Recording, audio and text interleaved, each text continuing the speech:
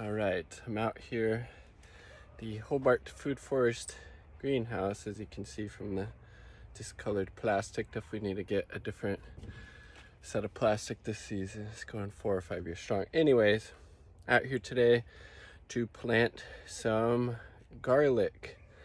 So it's one of the, it's definitely the longest annual we have in terms of how long it's actually in the ground before you harvest it. So today's October 23rd, and it would probably be, it's usually harvested late August, sometimes a little bit earlier depending on how hot it is here in the Pacific Northwest, the growing zone 8B in particular here.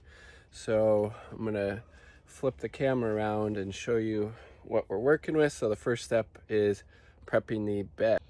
So we used this bed this year to also grow garlic in, and we had a nice crop of it. I've had it covered with some plastic since then just to help with some of the weeds, but as you can see on this side, there's some we have to pull out. Once we do that, then we're gonna amend the bed with some compost. It's just a good form of organic matter. Garlic likes organic matter. You want to have, healthy soil, especially considering how long it's going to be in the ground for. So I'm going to get this cleaned up and then show you what it looks like once we have it looking a little better, and then put some amendments on, in this case just simple compost. Stumbled upon one of the last cucumbers here. This cucumber plant. Oh my fucking god.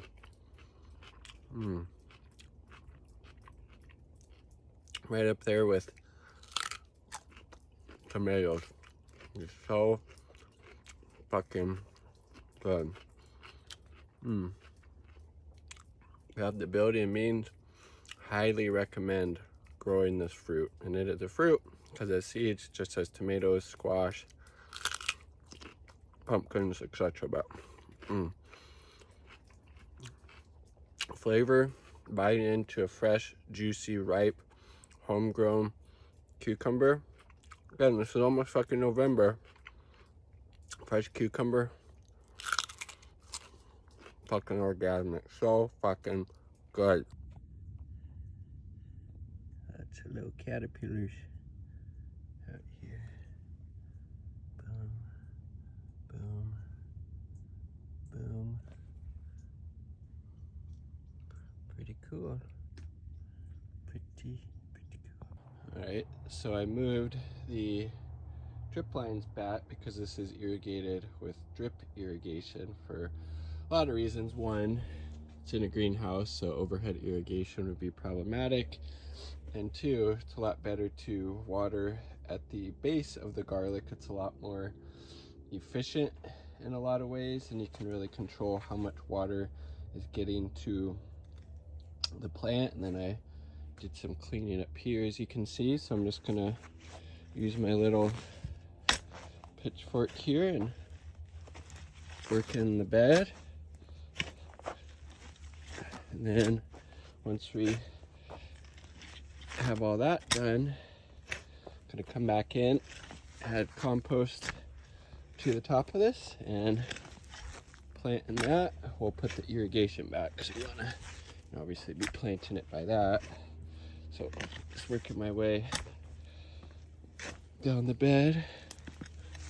So this wouldn't be considered a no dig. This is no till, obviously, and the less you can dig or till in your garden beds, the happier everything's gonna be. The less weeds you'll introduce, the happier the soil biology will be, all the soil life, bacteria, etc., because you're not disturbing them by tilling or digging. So I'm gonna stop filming now because it's obviously much easier to do with both hands, but see you once this is all dialed in. All right, got the bed all nice and worked in with our pitchfork, looking a little fluffier right now. It's definitely the most labor intensive part, but always feels good to break a sweat. And from my perspective, gardening, growing food is the most productive and sustainable form of exercise any of us can do. So now I'm gonna rake this out, get it a little bit level, and then we're gonna add some of this black gold, aka compost, put the drip lines back, plant the kale, plant the garlic, and we're ready to go, baby. Boom, check that out. 2 wheelbarrow loads of compost added on top. You could also mix it in. I like it better just to lay it on top of the bed. It's easier because you don't have to mix it in, and I just think it looks kind of cool. So now got it all nice and leveled out with the rake. We're gonna hook up our drip lines again to our little manifold here, plant the kale, and then we will be planting our seed garlic. Voila! Which again, we saved. We've been saving our own garlic since the first year we bought it.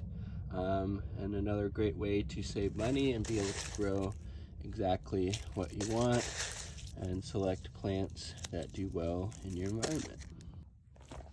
So many cool little creatures in here.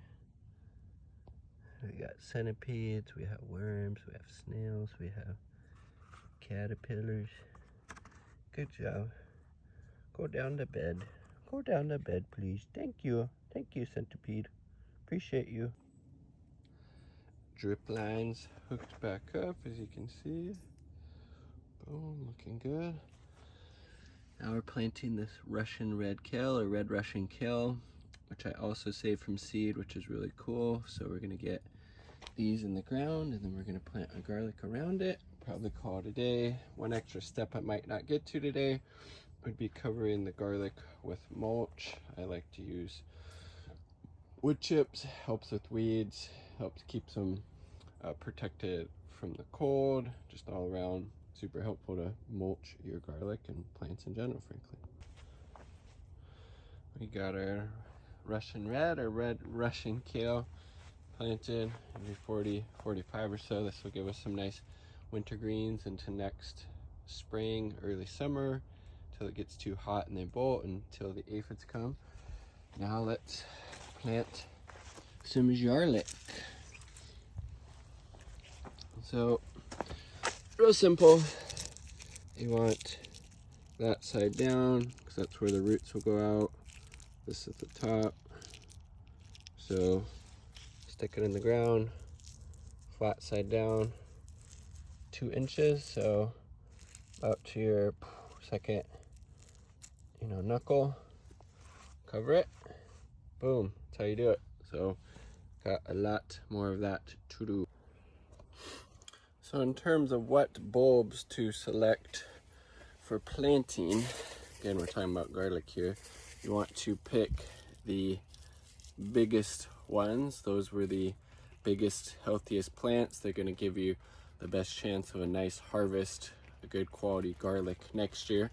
And then just save the smaller ones to use for your cooking over the year, or pickle them, or do whatever you do with garlic. It is a highly versatile plant. So we got this row already planted out, and then I got this row all lined up, and then probably one more in the middle. Let's see how many we got. 9, 10, 11, 12, 13, 18, 19, 20, 21, 22, 23, 24, 25, 26, 27, 28, 29, 30. So we're gonna have 100, 110, something like that, which again is more than plenty. Gonna have leftover, shared some with a buddy. If anybody else needs some garlic, some seed garlic, holla at your boy. See, this is the type of clove you want to definitely be using for your seed garlic. Use the smaller ones for your culinary purposes, and you plant these big ones, because they're going to give you bigger plants next year. Look at that though. Boom, again, about 2 inches deep in the ground, 4 to 6 inches apart. We out here. Holla at your boy.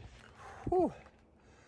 That's a wrap for today from the Hobart Food Forest. We got this awesome bed planted out, 100, 120-ish heads of garlic we'll have August, late July next year.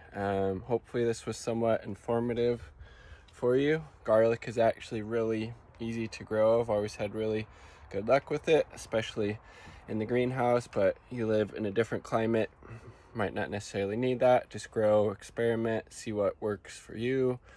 Grow whatever you can, however much you can, whatever way works for you and your family. I feel like it's one of the most important things that we can really do to, reconnect with nature and grow really high quality food while doing it, and sharing, that knowledge, sharing that extra bounty with your family, with your friends, with your community, etc. So grow food, food not lawns, food not bombs. Like the video if you like the damn video, subscribe for more content. Quick shout out to the 2 Uber comrades supporting my channel, this content, picture, and my partner and Independent Left News. Peace, much love out you.